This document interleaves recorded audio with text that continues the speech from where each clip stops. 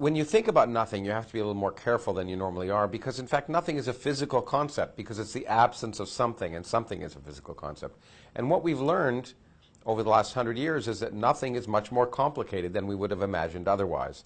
For example, the simplest kind of nothing is the kind of nothing of the Bible, say an infinite empty space, an infinite dark void of the Bible. You know, nothing in it, no particles, no radiation, nothing.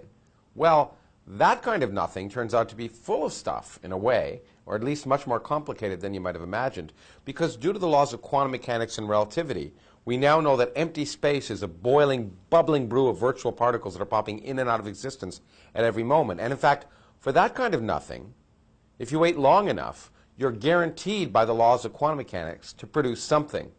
So the difference between empty space with stuff in it and empty space with nothing in it is not that great anymore. In fact, they're different versions of the same thing.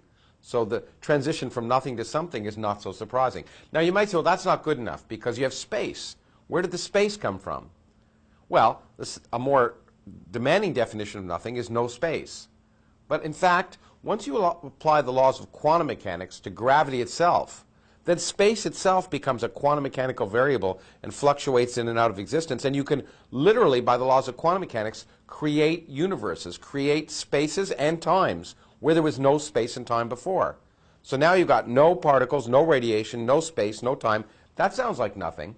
But then you might say, well, you know what? You got the laws of physics. You got the laws of nature.